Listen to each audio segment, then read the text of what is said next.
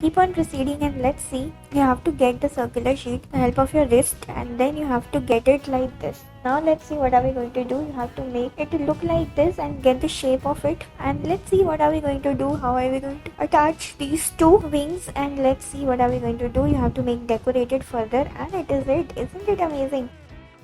Keep on proceeding. You have to get the cutouts like this, and again you have to get the curvy lines in this manner. Join them further and you'll be getting a beautiful result. Paste it in this manner and then join it further, and it is the result that you'll be getting, and you'll be amazed to see it. Isn't it looking super amazing and pretty?